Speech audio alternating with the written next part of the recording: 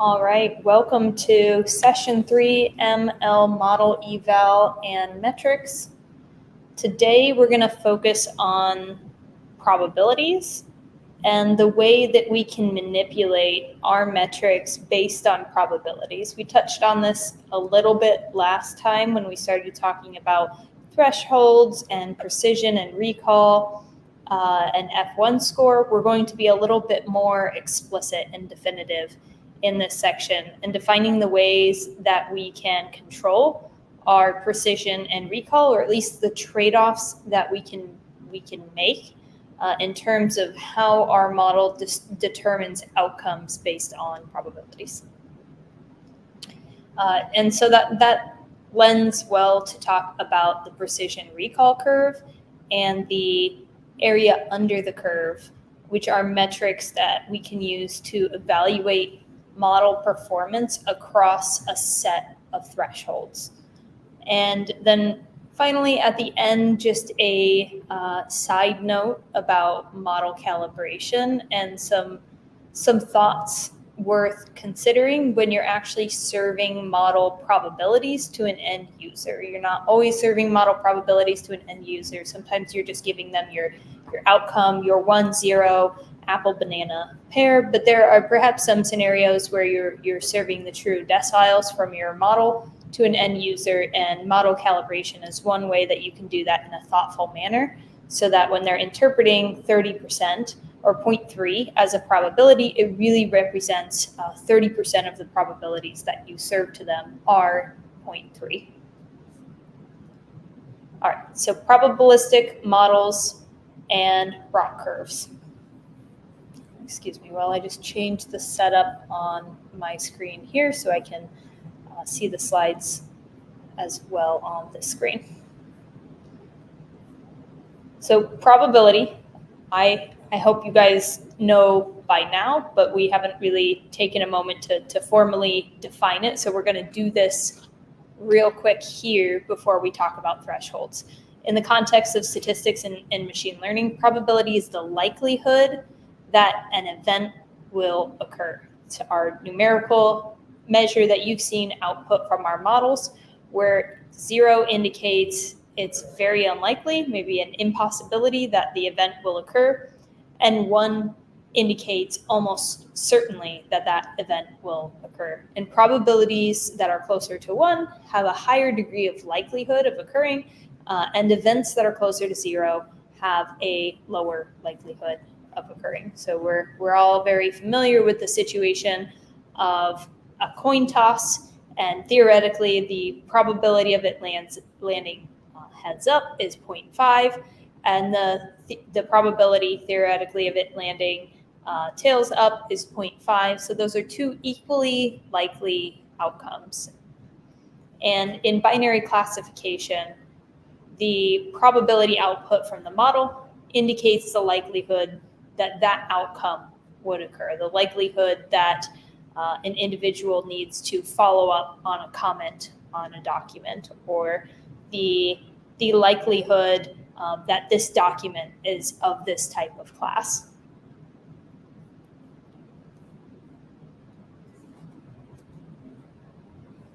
So the probability quantifies the uncertainty that we have that event might occur.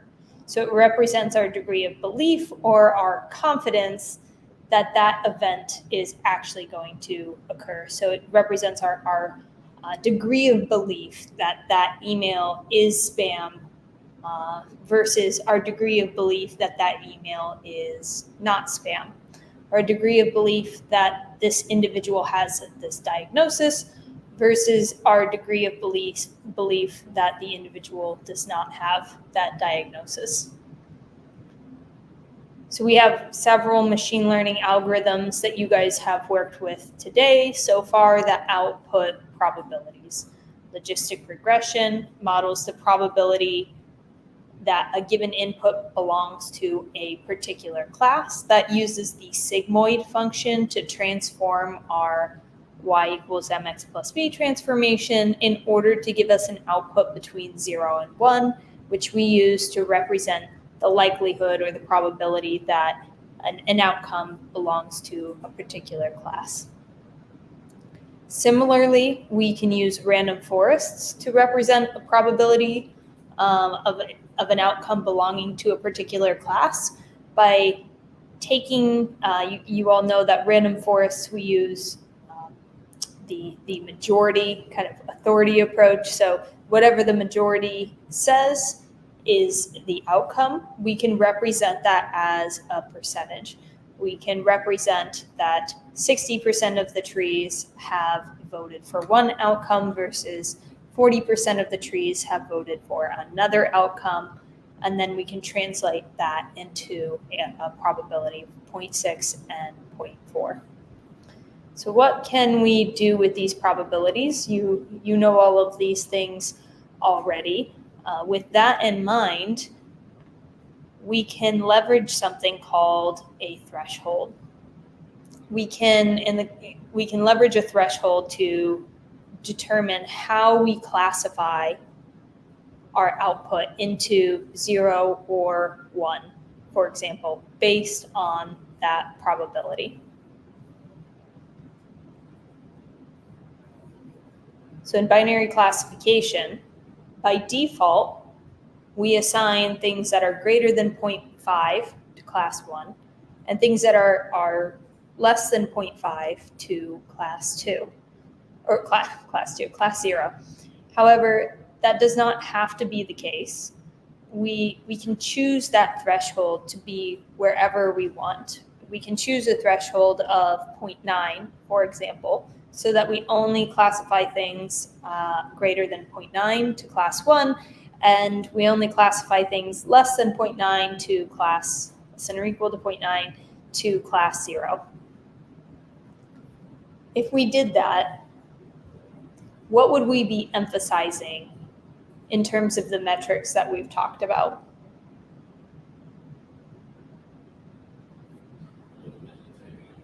No, you're good. let me rephrase or repeat. If we had a model and we set the threshold at 0.9, and we had the model only predict that it was class 1 if probability was greater than 0.9, and if it was less than or equal to 0.9, it returned 0. What metric are we emphasizing, or what metric are we rewarding?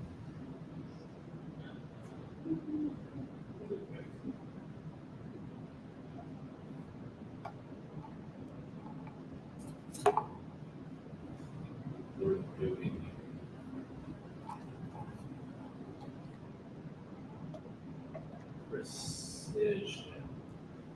Yes. It's all about the positives. Yep, you nailed it. Precision. We're emphasizing precision if we increase our threshold for our model's predictions, because we're asking it to only label that outcome if it's really, really sure. It only label the positive outcome as positive if it's really, really sure. The trade-off there is, as we move our threshold, I can't tell which way this goes on your guys' screen. To me, it's going to the right. As we move our threshold up, pretend my hand is going towards the up direction, our precision will increase, but our recall will decrease. And as we move our threshold lower, our recall will increase, but our precision will decrease. So we will predict more things to be of the positive class, essentially enabling us to catch more things of the positive class.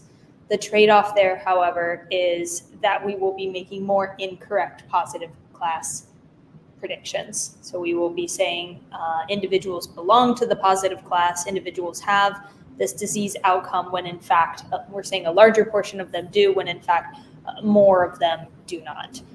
So that's the trade-off, and that's the balance that you can get with thresholds. I don't want to confuse thresholds with what we talked about last time, F2 score, F beta score. The F beta score and the threshold are two different things. The threshold is how your model determines the classification that it outputs and whether, based on the probability, it's 0 or 1. The F2 score or the F1 score or the F beta score is how you determine how successful your model is. So it's the success criteria for your model. If you choose a higher threshold and you have a score set to less than 0.5 for F score, so F, let's say F.5 or F0, then your model will likely do better. I won't say in all situations, because we can probably imagine a situation where that may or may not be true. So these things can impact each other. What I'm saying is your threshold can impact your model performance or your model metrics. It can impact your metrics. So the way that we change our threshold, we just talked about how it would impact precision and recall, and it's a trade-off. That, of course, also precision and recall are both elements of your F1 score. So, of course, threshold and how you set that impacts your F1 score, especially as you change the weighting between your F1 score. So thresholds, how your model classifies its predictions, how it makes a decision boundary. F score is how you determine success for your problem, how you determine success for your model, to what it means to be successful in the space, in your space. So you should determine the way you want to weight your metric prior to building your models, and then you find the best model to meet that metric. And one thing you can do to have a model meet that metric is adjust the threshold. Okay. We talked about those two things so close together, I just had to make sure we were clear on that. We have an example here, a very particular example here. Consider a logistic regression problem where we're predicting whether an email is spam or not spam. And the model outputs a probability of 0.7 for a particular email, and we set the threshold to 0.5. So the email is classified as spam. If the threshold is set to 0.8, the same email, I thought there was going to be a problem at the end of this for you guys to solve. I apologize. Just if we set the same probability, we have the same outcome, or we have the same probability associated with a record. If we set the threshold to 0.8, the email would not be classified as spam because the probability doesn't exceed that threshold. So now, even though the model is feeling very confident, we are saying that it is not spam.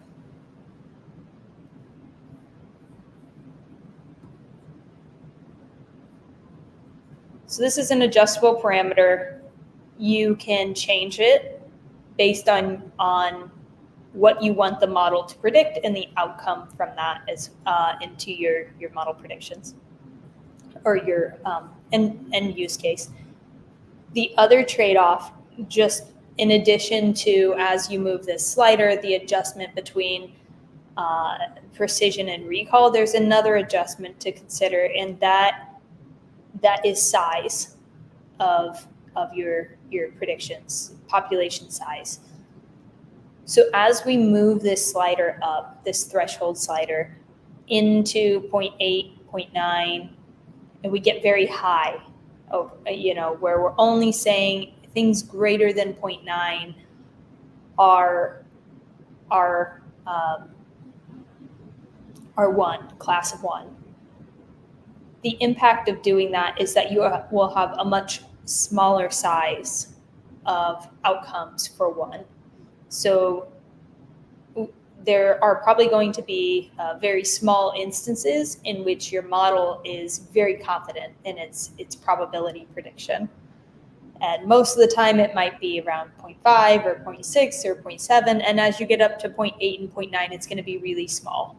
So if you're asking your model to only classify as one, when it's very, very confident, the size as a result of your whatever you're feeding into your downstream process, whatever you're doing with those results will be very small. So if you're in a situation where you're finding that your model is not making enough predictions for whatever outcome you're trying to serve, you want more, you can slide that threshold down to increase the number of positive predictions into your pipeline and process. Just know the trade-off is you'll get more recall, but you'll have a lower precision.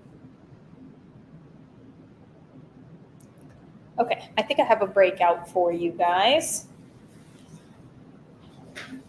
Let me drop it in the Slack channel here.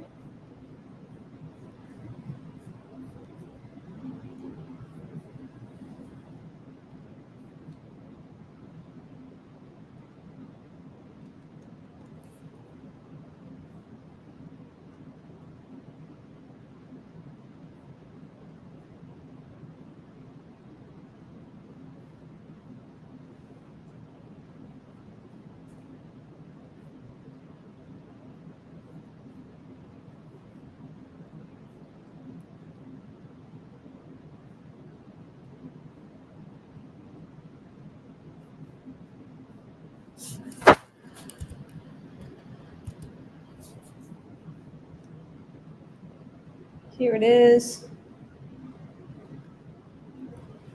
So we have thresholds and the rock curve, which we haven't actually talked about the rock curve. So just do part one right now. And so we're going to consider a scenario with some data, so we can start to play around with that concept and see how we can manipulate this. We have all of these model probabilities here for each email, and we want to adjust the threshold in order to see if our model predicts spam or not spam. So go ahead and adjust the threshold here. I should have made you guys do that actually but it's up there now, darn it. I should have made you create a threshold. I'm going to change this for next time. And play around with that and see the trade-off between precision and recall. You can change the probabilities. You can change whatever you'd like here. And let me know if you find anything interesting.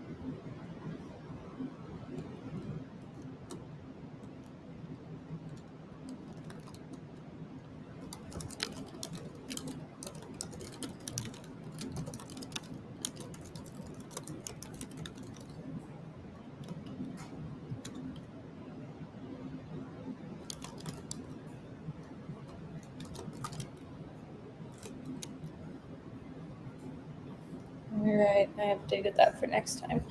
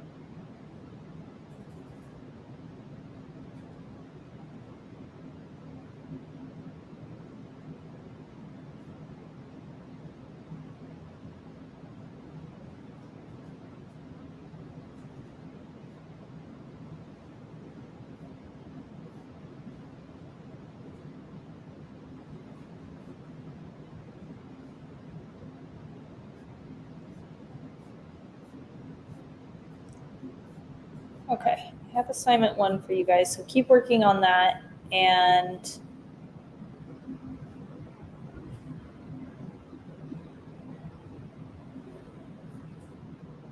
I'm going to get this into the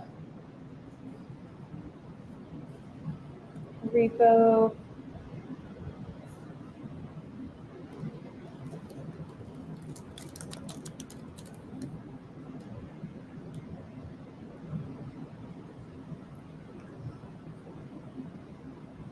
If it's okay with you guys, I'm going to use the same repository for assignments. Okay, so it's all the same people, so I'm going to call this slightly different. Assignment 1, ML metrics, assignment 1.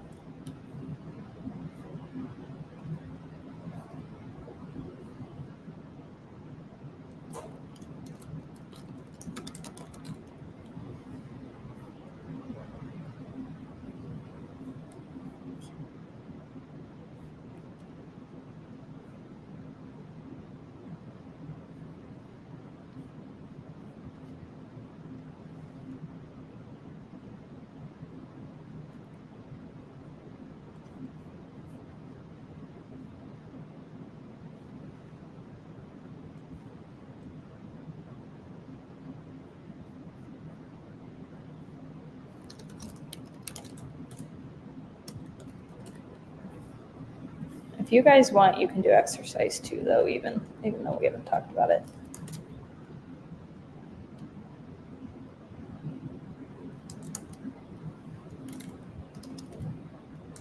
Just while I get your assignment up here.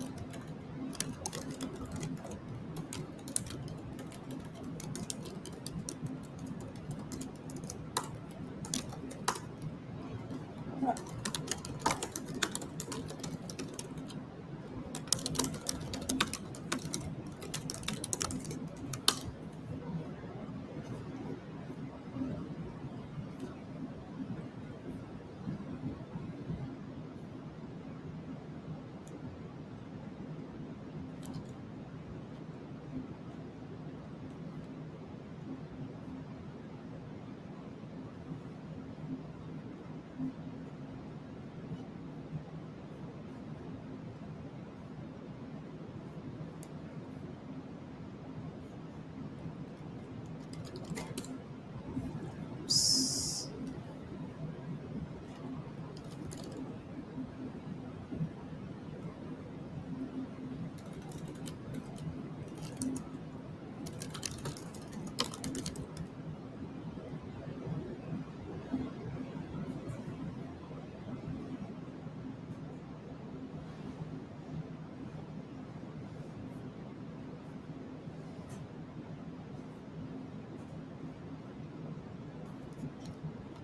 All right, assignment has been created. To start the assignment, you guys should be able to follow the link I just dropped in in machine learning, and I pinned that as well. I will get rid of the other pins.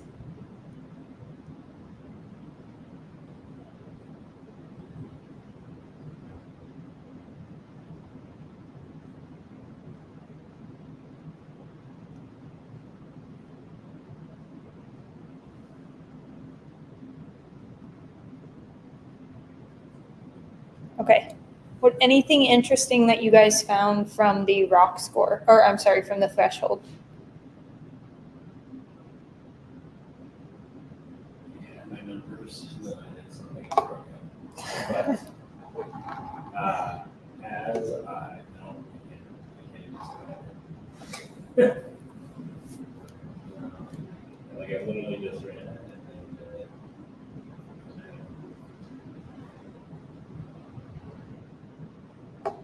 There was one weird thing where when I was increasing it, the precision actually decreased to start and then increased again. Interesting. And then if I reduced it, the recall increased. In general, So there's a little, we could make a chart of that. That would be pretty interesting. I could see that. I think we can talk about that actually. Any other comments on breakouts and or any thoughts on, did anybody do the rock curve stuff? No. Okay. I did. You did. Okay. But I don't know. I don't know what it means. But Did I make you guys do? Oh, here we go. I did tell you to do something. Compute the rock and the area under the curve on these and compare and contrast. Okay. We'll come back to that once we talk about rock curves here. We haven't talked about them at all. so it looks like in general, when decreasing the threshold, recall can. And then when increasing the threshold, it was It did some funky things. Yes. That's interesting. Like it did increase when I got to 0.8 from the original 0.4, it increased to 0.5. Finally, I got 0.8 after dropping, then I put it to 0.9. Like zeros across the board. For recall? For recall and precision. And, because nothing was greater than, do you have any probabilities that are greater than 0.8? Yeah, there's one in there that's 0.9. And your precision was still 0? Yeah.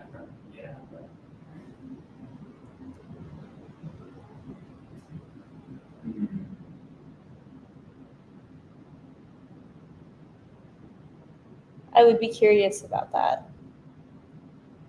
Yeah, that's You have one that's a 0.9 and your precision was still. That's what it looks like.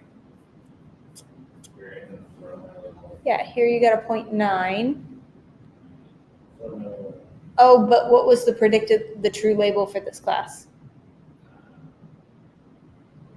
It's a 0. 0, okay. So it's not, we're just confidently wrong about that one. So you have no true label matches. You point out such a great point to bring up, though. You have no true label matches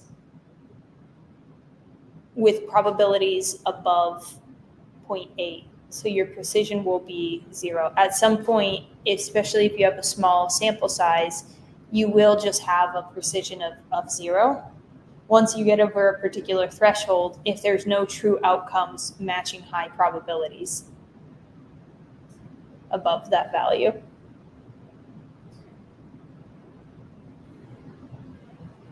So this is a time when your model was confidently wrong.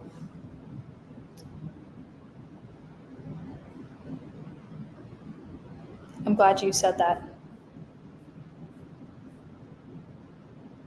Let's talk about the rock curve. I hear this called rock curve quite a bit, and I'm a little uncomfortable with saying rock curve because ROC stands for, sorry, I'm going to switch this. There we are. Receiver operator curve. So I guess if we're saying rock curve, we're actually saying rock curve curve.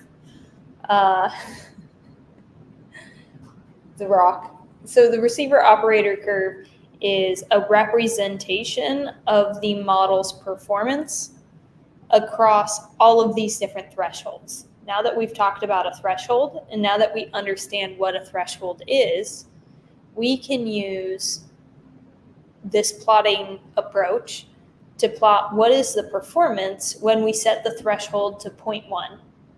What is the performance when we set the threshold to 0.2, 0.3, 0.4, 0.5? What is the threshold when we set it to 0.8? So this is exactly that chart that you are looking for. That would show you how your model is performing. Is your threshold going up? How much is it going up? How is it changing? I don't believe so in yours, I guess, since you didn't have any balanced classes, I guess maybe it would hit here and then just like drop off, I guess. That's interesting. Yeah, you should plot a rock curve for your problem there, Skylar. I'd be curious to see. You should share with us. So this is the rock curve. Let me pop to the next slide here. The rock curve has a couple of dimensions. On the y-axis, we have the true positive rate, TPR, also known as the sensitivity, also known as recall. So you guys are familiar with that metric. And this is the proportion of true positive predictions among all actual positive instances. And on the other axis, on the x-axis, we have the false positive rate, which measures the proportion of false positive predictions among all of the actual negative outcomes. And so it's FP over false positive plus true negative. The threshold value is, sorry, I'm looking at that true positive rate and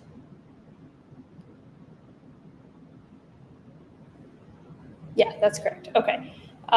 So the threshold is the value that separates the predicted probabilities into our different classes. So as we adjust that threshold, we can control, or we can see that trade-off between our true positive rate and our false positive rate. In a one question you might ask is, okay, how do I interpret this graph? How do I know when I'm doing well and when I'm not doing well? Because it's not one number, it's a series of numbers. And the answer is that if you had a perfect model that perfectly classified every single time, it never got anything wrong, it would look like a value. Can you guys on the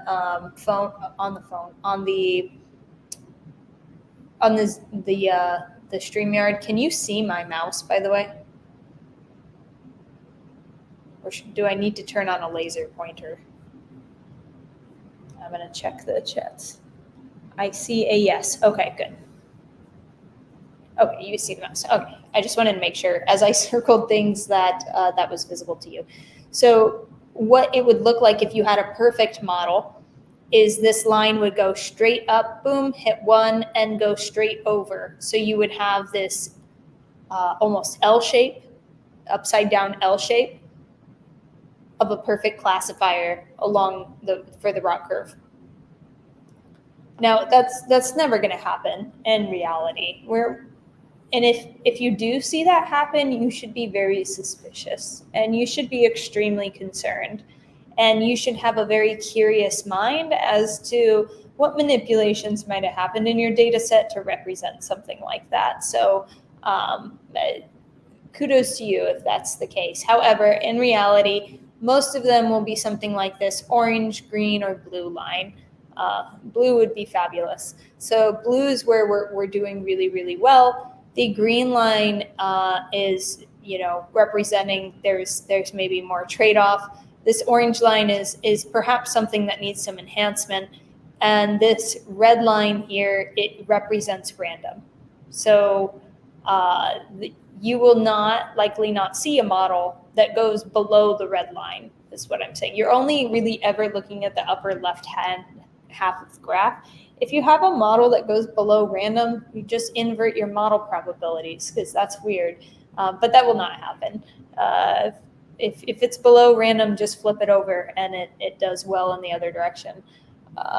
So here, that will not happen, by the way. That was a joke. So ROC curve, now that you guys are familiar with it, is a tool we can use to evaluate that performance of our model across different threshold settings, so we can understand what's happening at different thresholds and how our model might make decisions, and it can help us decide what we want to set the threshold to. So it can help us really represent and analyze those trade-offs. You guys have that ROC curve piece now, so you guys can work on that if you haven't already. So spend a couple minutes on that, and then we'll talk about it. You probably mostly have that already done, because I took a very long break in the first one so that I could upload that assignment.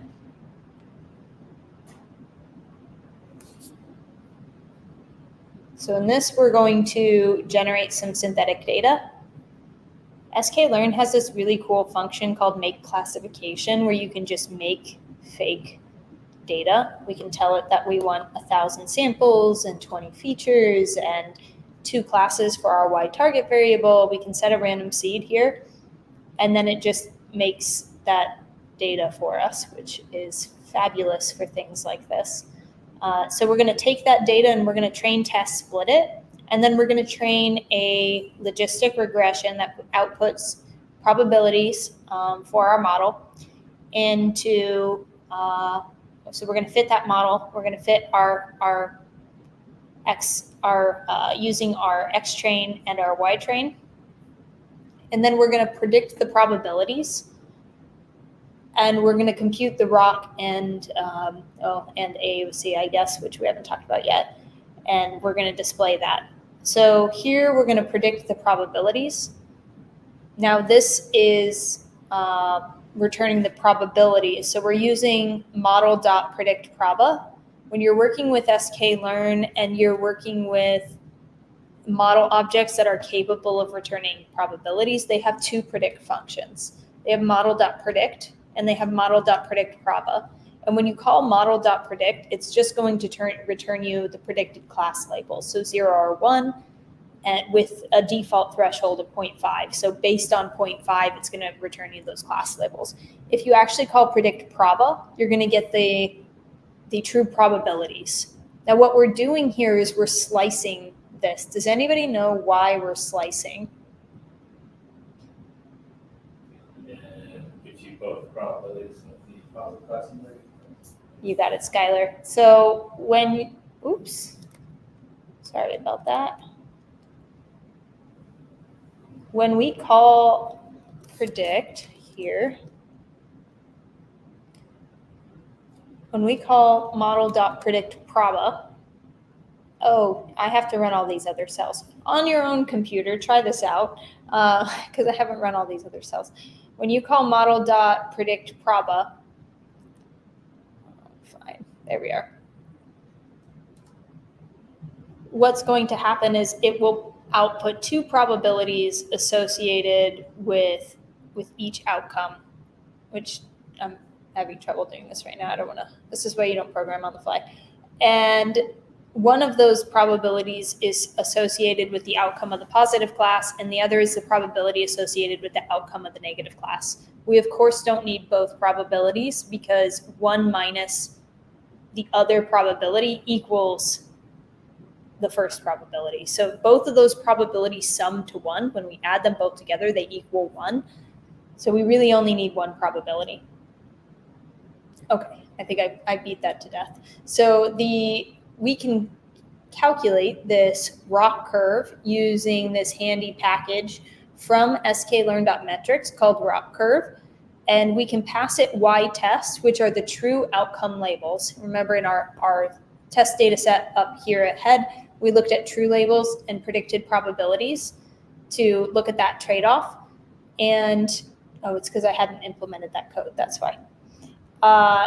And in here, we can do the same thing. We pass it Y tests, which are true label outcomes, and then the probabilities, not the labeled outcomes, but the probabilities from your model. And that returns us to three things. We can get the false positive rate, the true positive rate, and then the thresholds, of course, that we're going to use to decision on. Ignore this rock AUC, we'll come back to it, but know that you can pass the false positive rate and the true positive rate to an scalar function called AUC, which we'll talk about in a moment, and then you can get your area under the curve. So based on those values, we can plot this rock curve here using the false positive rate and the true positive rate. We can plot this curve here. So this is how our model that we created, the logistic regression on randomly generated data, is performing across that set of thresholds. And you can imagine how if you had different models, maybe we trained a random forest, you could put if you have one model on here, it's kind of interesting, but it's not giving us a ton of informative value. But we could put a random forest on here and see how that compares. We could train different logistic regression techniques with different parameter sets, and compare how these models are making decisions across these thresholds. So if you'd like to, go ahead and compute. Try and do this yourself is basically what I'm saying. Here's some more random data, some probabilities and some true labels.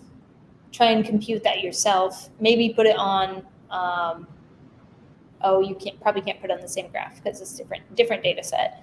But just test that out and get familiar with that yourself. Okay. Let's see.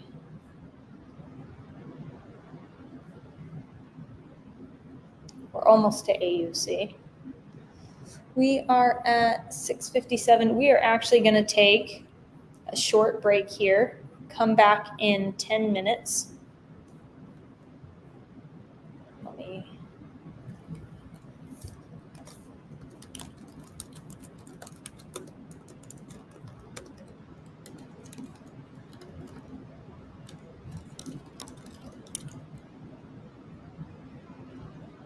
All right, go ahead and come back at 7:07 Central Time.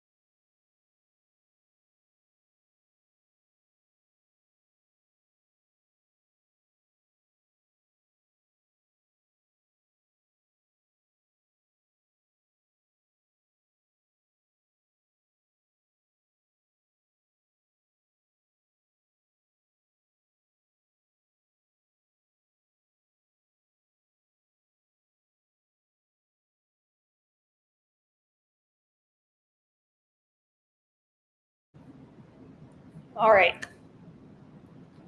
We are moving on to precision recall curves and area under the curve, or AUC.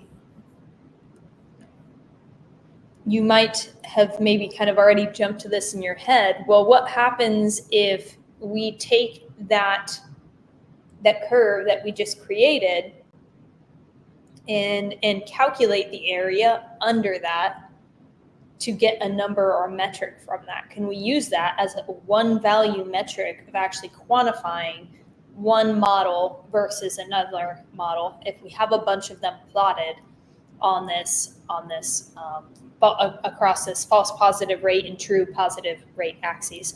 And the answer is yes. Somebody else also cleverly had that idea. And they created something here called the area under the curve, or the AUC. And the area under the curve is the area under your ROC curve, your receiver operator curve. So it represents the average performance across all possible model thresholds.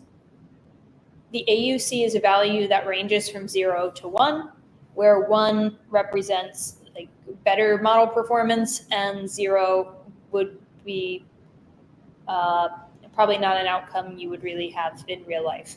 The smallest value for AUC you'd probably actually have is just random, which is 0.5. You can see on the right there that an AUC of 0.5 is just that bottom triangle. Like I said, if you have less than 0.5, you can probably just invert your predictions. That won't in any practical sense occur to you in real life. However, that would be the case. So the AUC of 0.5, if you have an area under the curve of 0.5, in reality, for binary classification problems, your model is performing no better than like random, than a coin toss, essentially. So AUC is valuable because it is a single scalar metric. Sometimes you have a chart, a graph that looks this way, and a line that looks this way, and a line that looks that way. I realize I'm doing hand gestures, and I probably don't have it so that you guys can see me. And it can be hard to really quantify what's the difference between random forest versus logistic regression on this ROC curve. And you can use AUC to create a represent. Oh my gosh. One moment.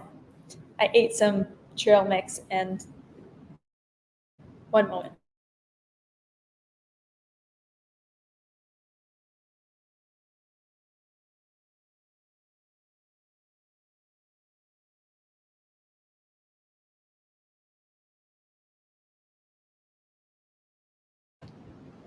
Forgive me. Okay. You can use the AUC to represent the average performance across all thresholds for that ROC curve.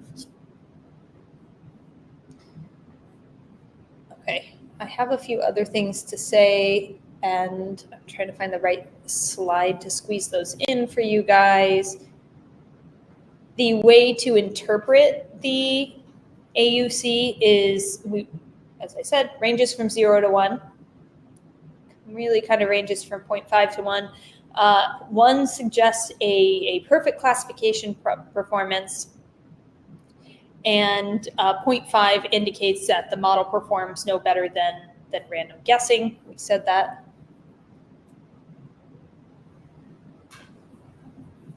AUC, one of the biggest advantages of AUC is that it is a threshold independent metric. This is what I like the best about it. It is most metrics that you report on accuracy, you report on precision. My precision and accuracy will look different than your precision and accuracy if I choose a different threshold, even if we have the same model. They will change. And so AUC is really a clever metric because it is threshold independent. So it evaluates the model's performance with no need to choose a specific threshold. So it's fairly robust when it comes to class imbalance, and it provides that it can be an interesting insight to look at across implementations. the limitation is the same thing as the advantage with AUC. I would offer a lot of caution when using AUC because it is not a true representation of your model's performance. If you implement something into production where the model's actually being used to generate 0-1 prediction outputs, your AUC is not really going to provide you a lot of value in terms of how that model is going to perform in production. Because before you implement into production, you have to choose a threshold. You have to tell your model how it's going to choose 1 versus 0. Is it 0.5? Is it 0.7? Is it 0.8? And that's what you should evaluate on before you go to production. So AUC is great. It's threshold independent metric. That's really cool. However, just caution. I don't think that it's really a strong representative metric unless you're using your threshold in a really clever way and you implement it into prediction and it's like a changing threshold that updates based on confidence and there's exceptions to the rule is what I'm saying. You can have an update and changing threshold, but generally speaking, just be cautious when using AUC if you're using it in a way that indicates performance relative to a production deployment, or actual utility deployment. I think you guys now understand when to use AUC, when to not, the value that it provides. It is a really clever metric, but there's also some trade-offs there as well.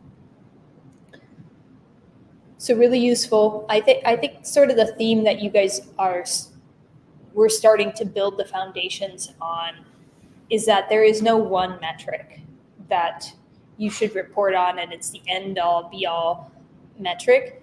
You should use any and all metrics at your disposal, ones that are relevant to your problem and your outcome and what you're trying to do in order to understand how your model is making decisions and ways in which it might be manipulated or ways in which it might be misrepresenting the truth or things to watch out for. So this is just one of the tools in your tool belt that you can use to evaluate your model as it performs across these thresholds.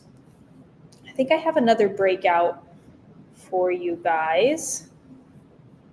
Told you we would do lots of hands-on coding, notebooks. As always, I recommend that you guys put these notebooks in a personal GitHub repo. They can be demonstrations of your work and understanding. You can put your GitHub on your resume. I think it's okay. AUC and precision recall curve. So here we are. I just dropped the notebook there for you guys.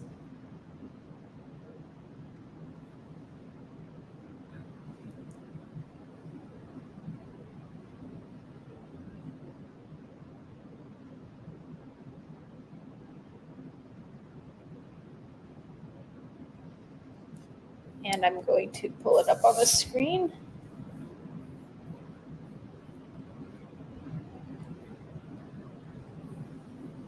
Here we are.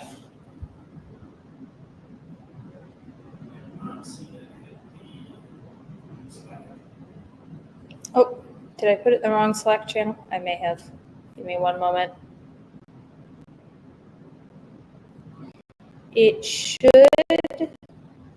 well, I did put it in the wrong Slack channel. You are right. Let me just delete this one. Oh, I can't. I'm just going to leave the channel. There we are. Okay. I made a separate Slack channel for this class because I wasn't sure if it was the same students, but then you all ended up being the same. So I had put it in that remnant. There you are, AUC and precision recall.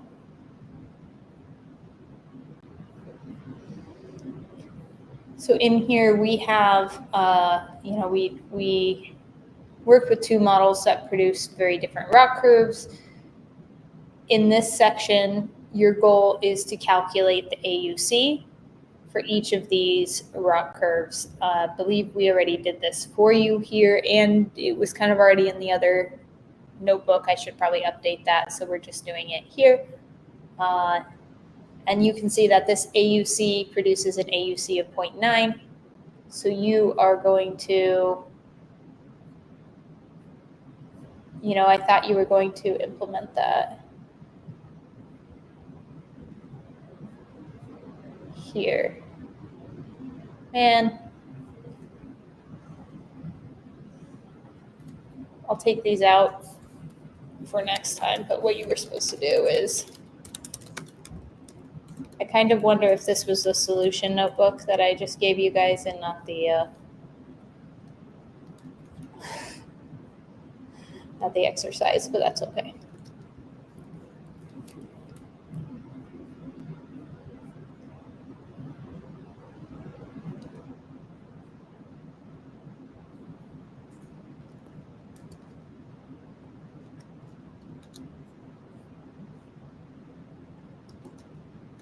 There we go. Next time.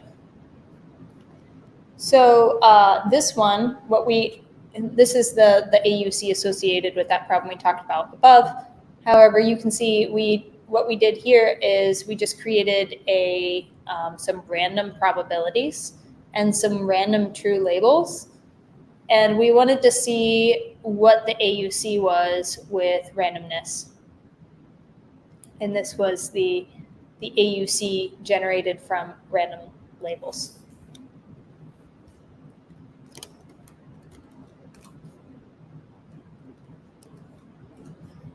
We'll do that.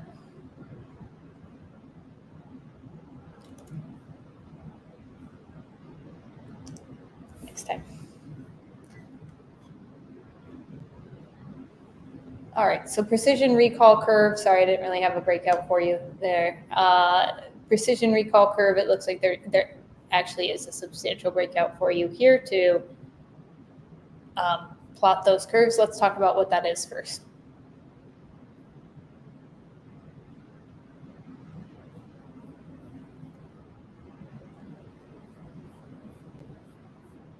Sorry, I'm getting there on my slides. Okay, oops, I did the wrong thing, didn't I? You did. We just went through all the slides. Oh no, stop. I don't know how to get this to.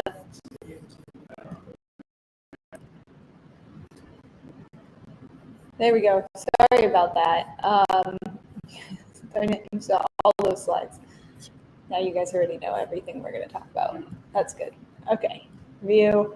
Do not hit slideshow. Fun fact. It just it progresses for you through your slides. Precision recall curve. So there's another curve. Up here,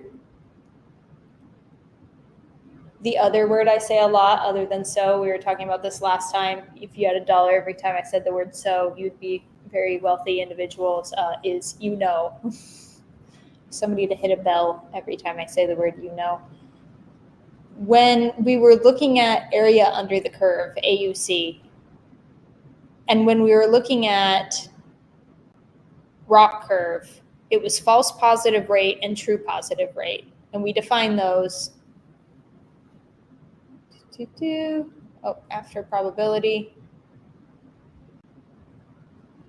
We just find those up here as the true positive rate is true positives over true positives plus false positives, and the false positive rate is the false positives over false positives plus true negatives.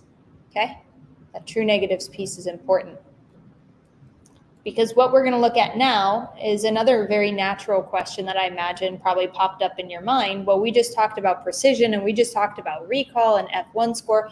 Wouldn't you just put precision and recall on an X and Y axis instead of true positive rate and false positive rate.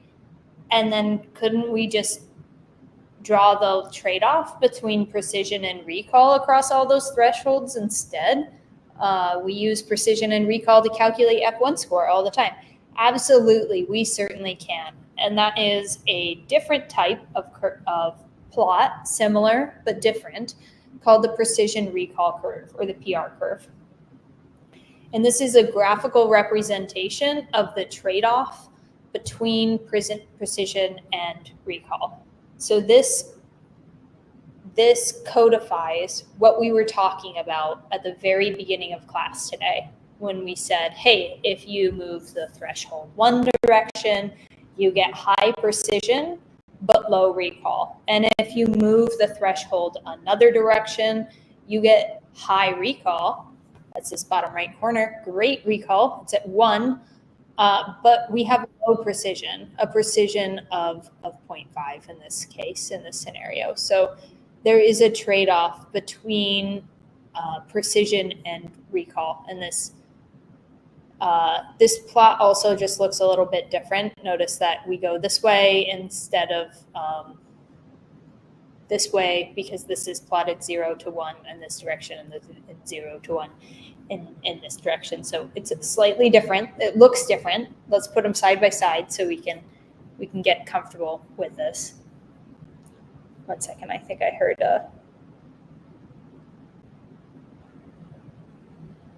no, I didn't. Sometimes I think I hear the sound it makes when you guys pop in or out is the same sound it makes when you drop a question in the chat. So I was just checking. The precision recall curve over here is on the right, and you can see that we can also calculate AUC for precision recall curve. So we just talked about area under the curve. Can we use our calculus that we're all familiar with, integrals, to just calculate that area under the curve for precision recall, just like we do for rock curve? Absolutely, we certainly can. But they are going to be different values, different numbers.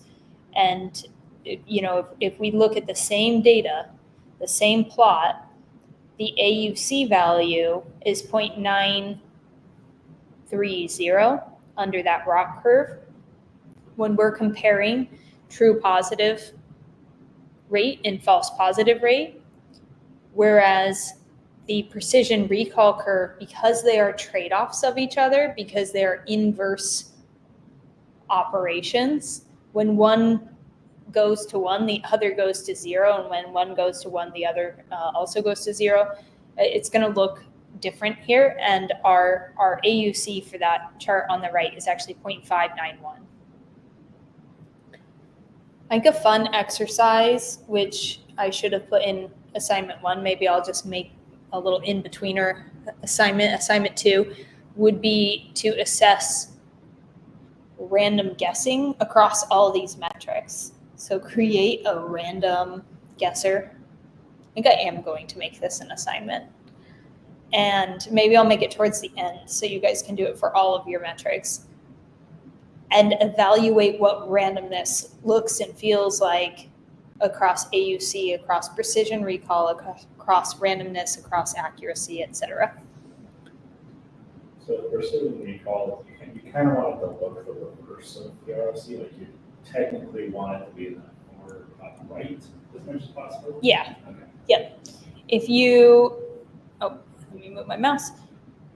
If we had a perfect model in this weird perfect world that exists, it would just go straight across the top here and down here. So they are sort of, they look like mirror images of each other. Of course, that is very likely not going to happen. And if that happens, you should be very suspicious.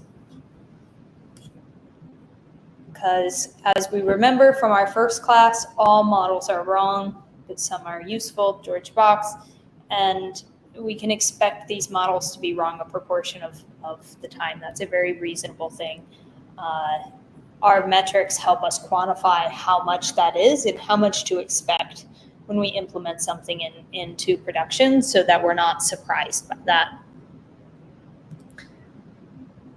One question that's very natural to have is, well, is true positive rate and recall the same? Remember, if we look up one of these is true positive rate here, and precision is here, false positive rate is here, and recall is here. One question might be, well, aren't these just the same metrics? So let's look at them one at a time. True positive rate and recall.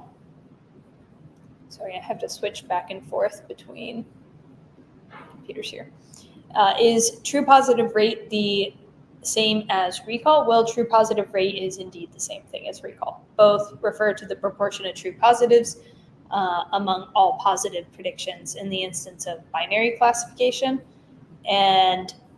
But if we look at these charts, just typically true positive rate is on the left here and recall is on the bottom. So they're a little flip-flopped in the position. You can, of course, change that.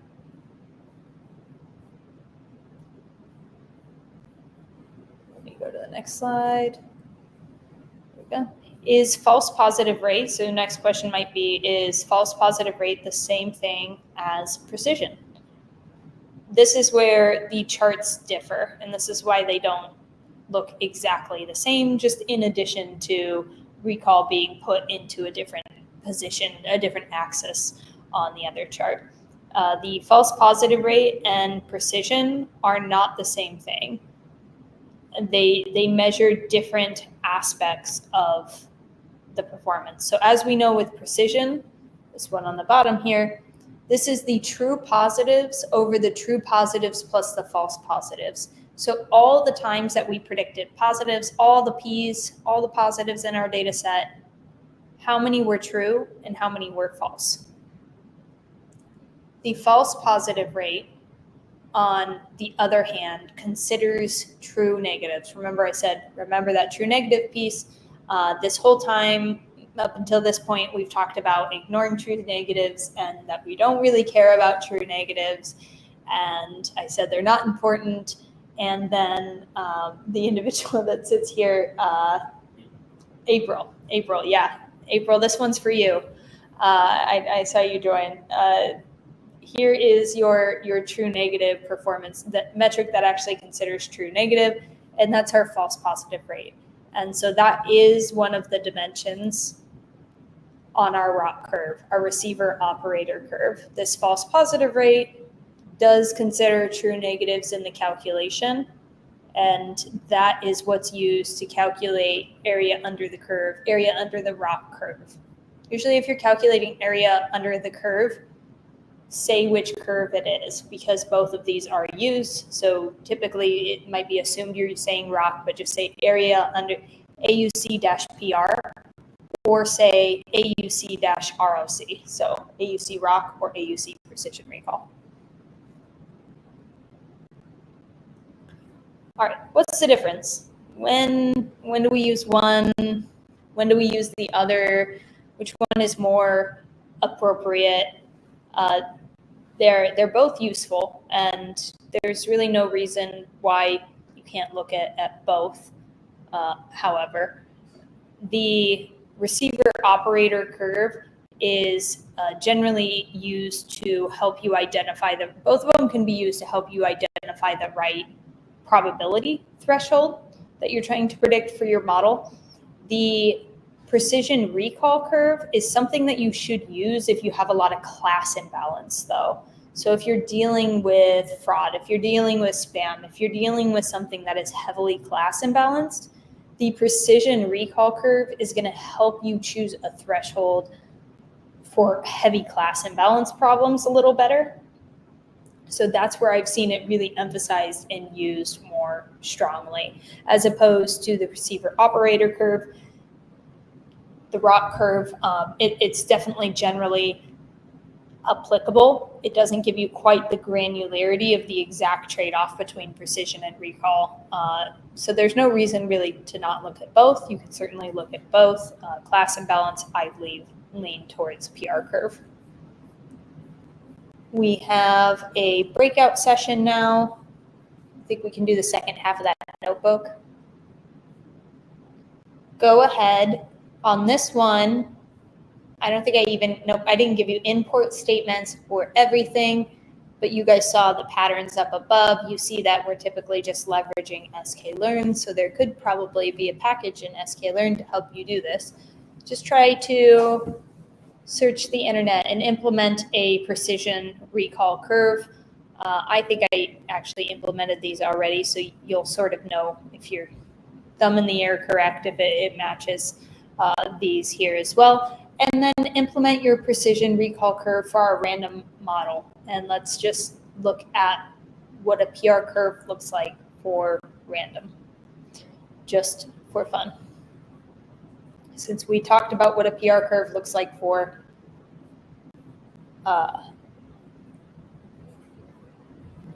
what random looks like for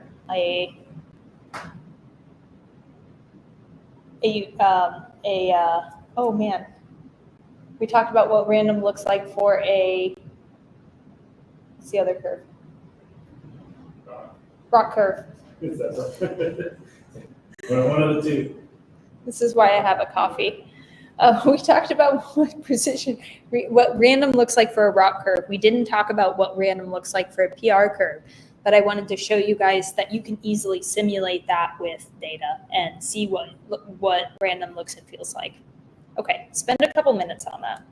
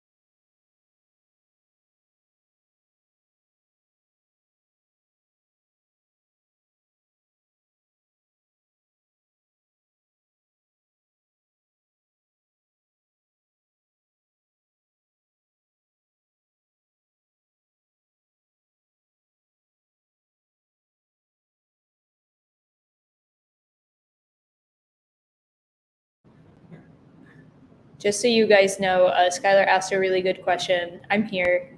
Sorry, 4 minutes late. Okay, we're gonna take a minute to whiteboard. We're gonna jump. Let's finish this breakout thing first. And then I'm gonna whiteboard something that's a tangential thought. Yeah, I think we've got, Skylar, let's talk about that.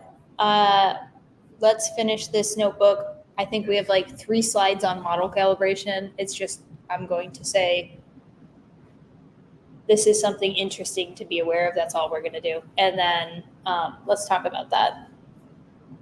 Okay, so this code here, were you guys able to implement your receiver, or I'm sorry, I'm on the wrong notebook. Were you able to implement your precision recall curve for this and for random? Does anybody want to share their code like in the Slack channel or in the video chat, either one? Sure, I'll throw it in. This was for the first one.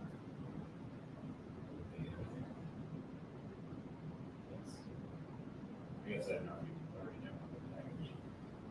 We did not. Okay. Perfect. I'm sure you already dropped it in there. I'm just not looking. There we go. Here we go. Let's do that. Here is what we have. This one. Skylar did point, oh, you know what? This isn't going to work. I'll just show you the code and then just assume it ran. I didn't run all the cells above. This will fail. So Skylar pointed out a good point, which I think that we're using the word probs multiple times in here. So you just have to be careful which probs you're referring to. That was my mistake when I wrote this. We should try to be a little more clear. Darn it, I hate that I ran that because now I have to go get the actual code and rerun all that for next time, but that's all right.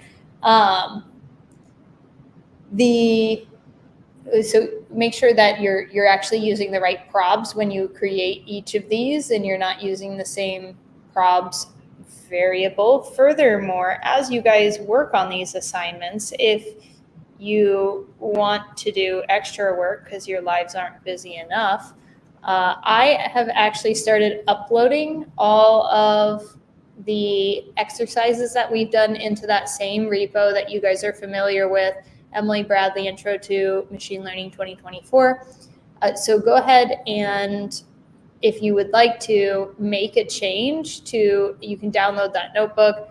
You can make a change to it if you think there's some way that it can be improved or enhanced, and then make a pull request, and I'll accept your pull request, and you can update things like variable naming, because you guys work with these more than I do. I think students in the future would thank you. If you have find any bugs or errors or like small tweaks, or you want to throw in a really hard problem for people in the future, that's fine.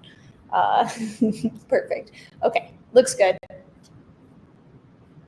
And what are your guys' thoughts on this random model here? Were you guys able to, did yours look similar to this? Yeah. Okay. Yeah. Let's assume yours all looked similar to this. What are your thoughts here? Very odd that it plummets immediately and then bounces back up. They kind of level up, but it's fine. I don't know. I don't know, like, it's okay for half a second. How what that means.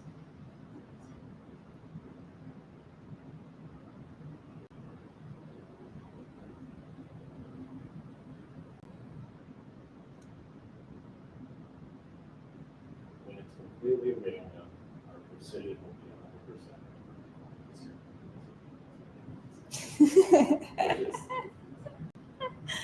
I think Or precision is 1, sorry. Precision is 1. 0. when I should say it the other way. when our recall is 1, our precision is 0.5. When our recall is 0.8, our precision is 0.5. When our recall is 0.6, our precision is 0.5, until we hit to 0.5 on the recalls end. And then that's where when our recall is 0.2, maybe our precision is, what do we have here? Just above 0.5. Let's see if I got a comment here. Nope. Just makes weird sounds sometimes. So I think the way to interpret this is that this kind of line 0.5 of precision and even as we change this recall threshold, we're not really getting an increase or a decrease in our precision because it's a random value, a random metric. So we're not getting the expected benefits out of that precision recall trade-off that we sort of expect it to look sort of like this, right?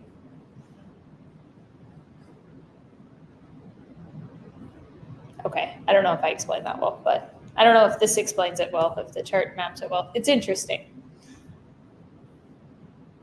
Let's talk just very briefly about model calibration, and then I want to talk about your topic. Let me change my screen here.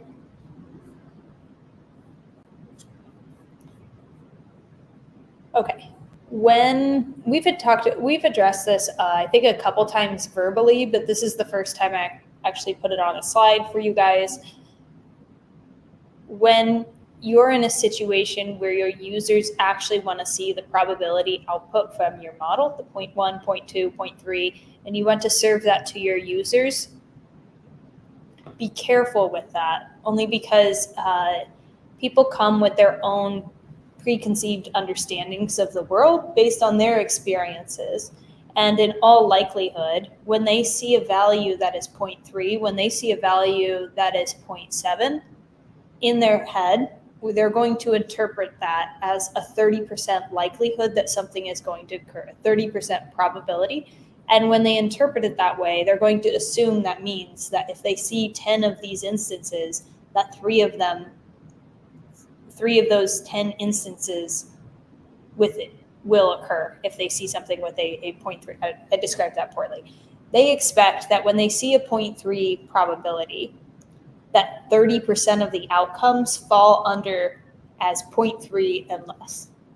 And they would expect that when they see a 0.5 probability, that 50% of your outcomes fall under a probability of 0.5 or less. This is not necessarily true by default from your model. And actually, it's almost certainly not true.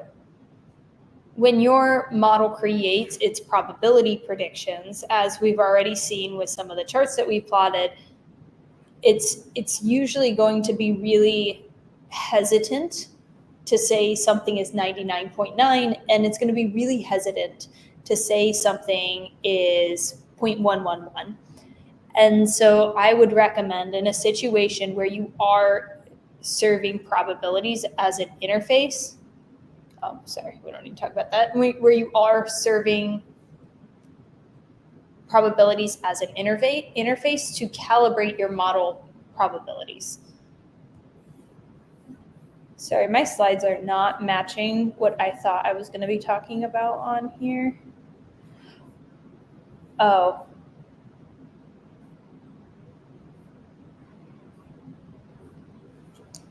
Okay, I'm going to skip some of these, forgive me, because we spent an entire class one day where I whiteboarded these exact same things. Remember the day that we talked about probability distributions?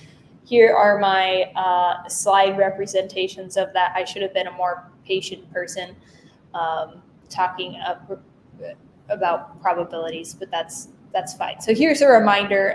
Remember back, it was last class, we talked about probability distributions and how we can represent outcomes with different sets of probabilities. And one of those is a uniform probability. If we have a six-sided die, for example, the probability of the outcome for each die is 1/6. And so our towers here, I'm going to call them towers here, our bars in our bar graph, they all look the same because the probability that you roll a 6 is just as equal as the probability that you roll a 3 on a fair die. And we talked about normal distributions, something like age perhaps is represented here. Maybe the mean age population is 65, and this is how people expect probabilities to be distributed, is basically what I'm trying to get to here. Okay, this is the model calibration slide that I thought was next, so I apologize for that. I should have looked at those slides in advance. Model calibration is when we shift these probabilities. We do not change the order. Let me be very clear. If you have person X who is a higher probability of an outcome compared to person Y, person X will always have a higher value than person Y. What we do is we don't reorder at all. What we do is we shift the values in a way that 10% of the outcomes fall under equal or less to the 0.1 decile. 20% of the outcomes fall 0.2 or less. 30% of the outcomes fall 0.3 or less. So we calibrate those probabilities so that when we're serving them to our user, say 0.3. When we say that this person likelihood, I'm trying to think of a case, a situation, a 70% likelihood to follow you on Twitch, then 70% of the time that person actually would have followed you on Twitch. So instead of 80% of the time or 90% of the time, the amount of instances that occurs is representative to our population. I don't know if I explained that clearly, but I think you guys get the idea in concept, because this is not the first time I've said this. This is the first time I've put it on slides for you guys, but we've talked about this generally. So here are here's a very particular example.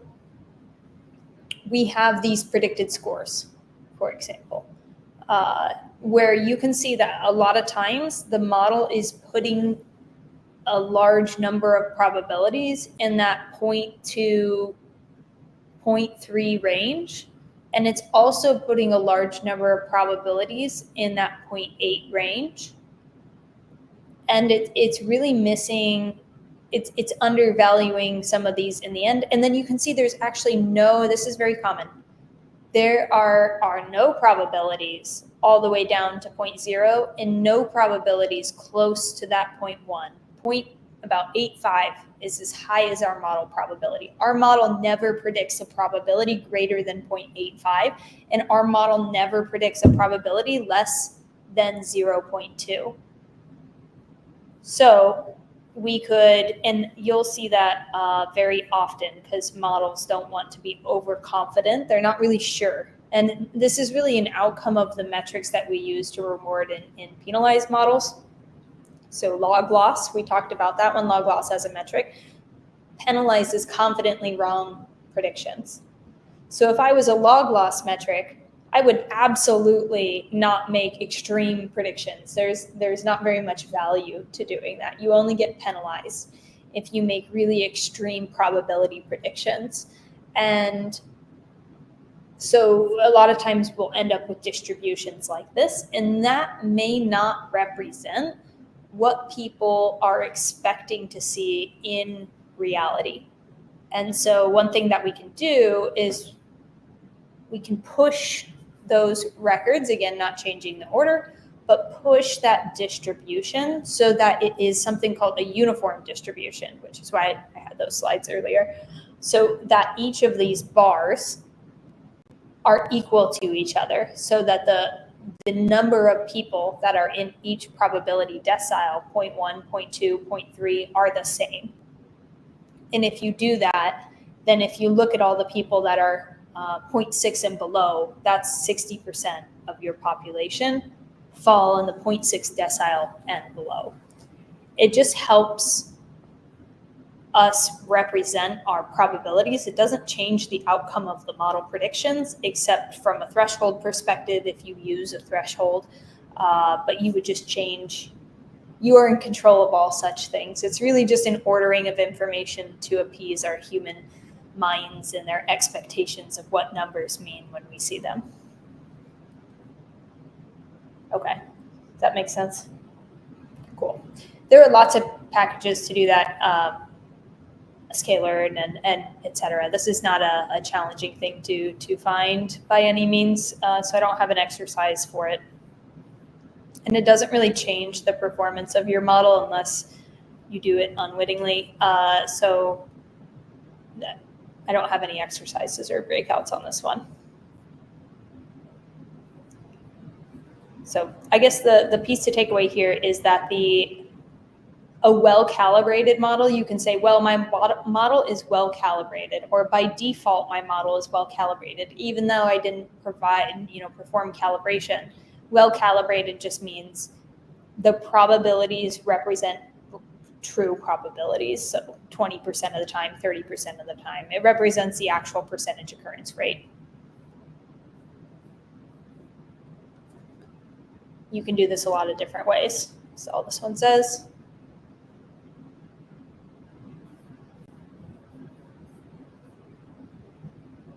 You can make plots and you can compare different models to this. So we can put different models and we can see how calibrated is this one and this one. I don't know. That doesn't mean a whole bunch because you can just change the outcomes of those probabilities to be what you want. You can see that I don't think this is like super important for us to spend a ton of time on, but it's good to know. It doesn't seem like a way to really evaluate a model necessarily. Like it's not like my model is badly calibrated, so I'm gonna forget it. To me, it doesn't matter because you can just change. You can make it perfectly calibrated without changing anything in your model, and it doesn't change the outcomes like concretely. So it just appeases our human spirit. It is really good to be aware of, though, if you're serving information to people that are not yourself or your team, because they probably come with this expectation and may be confused if they see things that aren't this. So, okay, that's it on model calibration. Now I'm going to stop the stream here because we're going to talk.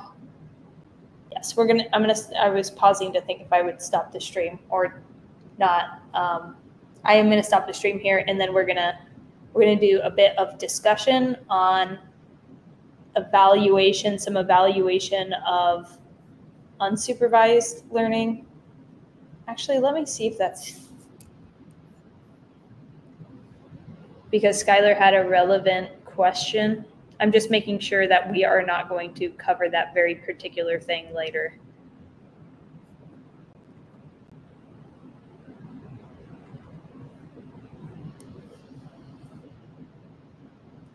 No, we're good. Okay, so we're going to talk a little bit about evaluation of unsupervised clustering, and then we will be good for today. So I'm going to stop the recording, ask if you guys have any questions.